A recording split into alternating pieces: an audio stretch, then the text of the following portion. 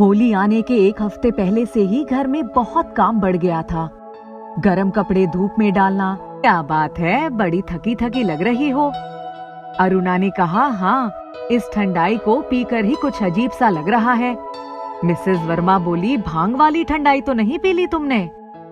अरुणा बोली, पता नहीं, विजय पी रहे थे, उनके हाथ से मैंने ले ली, फिर संजय से भी लेकर पी ली। तब तक विजय भी हंसते हुए आ गए। उनकी तरफ देखकर अरुणा भी हंसने लगी। मिसेस वर्मा बोली, आप दोनों ने भांग वाली ठंडाई ही पी ली है। ये सुनकर दोनों जोर जोर से हंसने लगे। थोड़ी देर बाद ही दोनों पति पत्नी बच्चों को लेकर घर आ गए। अरुणा तो आते ही नहाने चली गई। किसी तरह नहाकर आई तो एक ही रट लगाई थी। अब क्या होगा? विजय समझ गए थे कि अरुणा ने कई गिलास ठंडाई पी ली थी, उसको भांग चढ़ चुकी है। उन्होंने उसको खाना खिलाया। खाते खाते ही वह उठ गई और बार बार कहती, अब क्या होगा? विजय ने कहा, होगा क्या, चलो सो जाओ। विजय और बच्चों ने भी खाना खाया।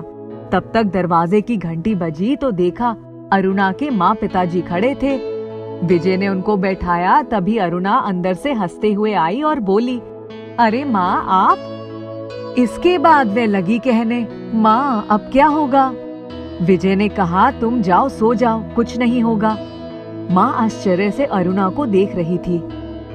विजय उसे अंदर ले गया। फिर आया तो बताया कि पार्क में ठंडाई पी थी, उसमें शायद भांग थी, वही चढ़ गई है। उसकी माँ ने कहा, ओहो, तभी मैं कहूँ कि हुआ क्या है इसको।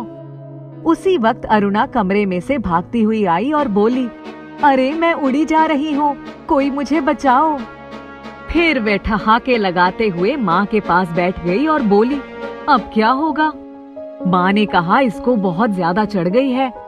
जब सब खाना खाने बैठे तो अरुणा खाना मांगती ही जा रही थी, उठने का नाम ही नहीं ले रही थी। उसको जबरदस्ती उठाया गया और जबरदस्ती सुलाया गया। सोते समय भी वह बार बार कहती जा रही थी, अरे मैं तो उड़ी जा रही हूँ, कोई मुझे बचाओ। किसी तरह वह सो गई। होली के दिन रंग में भंग पड़ने से सभी परेशान हो गए थे। सुबह जब अरुणा उठी तो बिल्कुल सामान्य थी। जब सबने पूछा कि क्या हुआ था, तब उसने बताया, ठंडाई पीने से उसे इतना अच्छा लगा कि वह 4-5 गिलास पी गई। पहले तो उसे बहुत मजा आया, फिर घबराहट होने लगी। उसने बताया कि उसके दिमाग में एक ही बात अटकी थी कि उसे कुछ हो जाएगा तो कल के अखबार में यही खबर छपेगी कि होली में भांग पीने से महिला की मौत हो गई। बच्चे बिलख रहे हैं, पूरे परिवार की होली के रंग में भंग पड़ गया।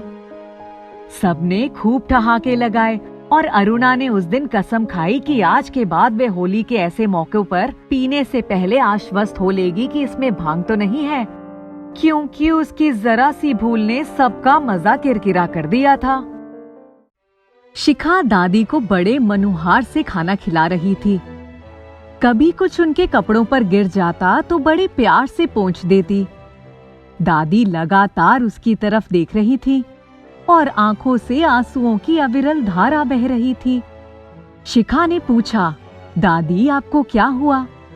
तब दादी ने कहा, शकुन की जब शादी हुई थी, तुम्हारे पापा अजय 3 भाइयों में सबसे छोटे थे। तुम्हारी बुआ नीलू की शादी हो गई थी। मेरे दोनों बेटों की पहले से ही 2-2 बेटियां थीं। दोनों अपने परिवार के साथ दूसरे शहरों में रहते थे।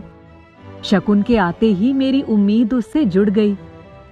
दादी थोड़ा रुकी, फिर गला साफ करते हुए बोली, उसकी शादी को अभी 8 महीने ही हुए थे।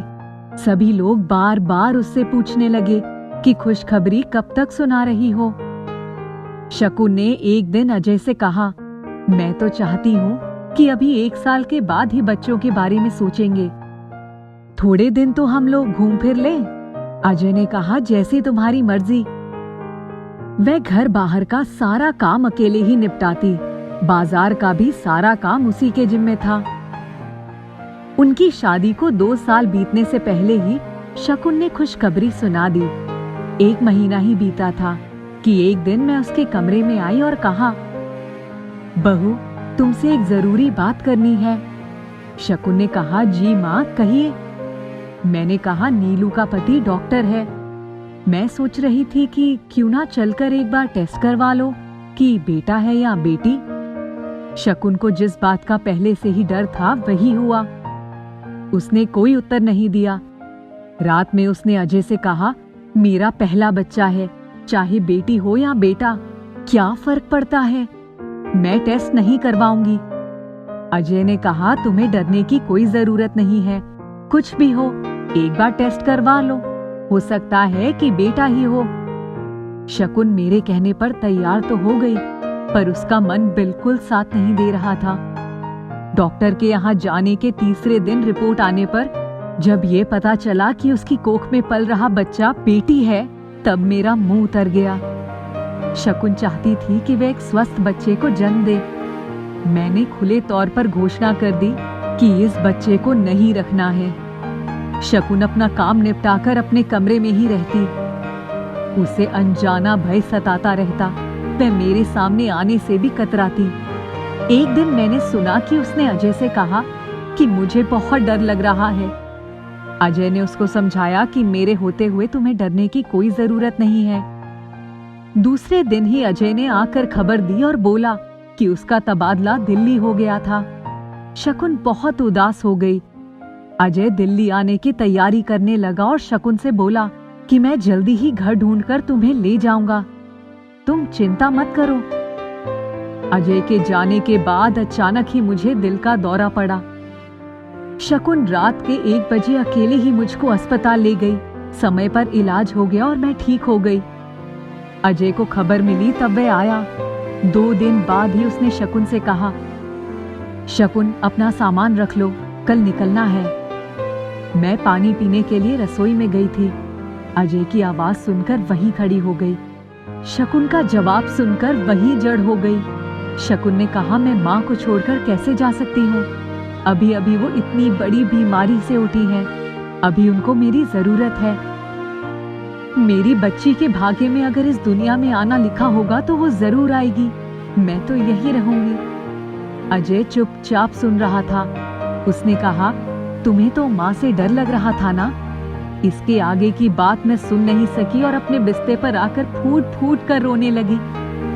अपनी बीमारी के दौरान मैंने शकुन का जो रूप देखा, उसने मेरी पूरी विचारधारा ही बदल दी। मैं सोचने लगी कि मैं कितनी गलत थी।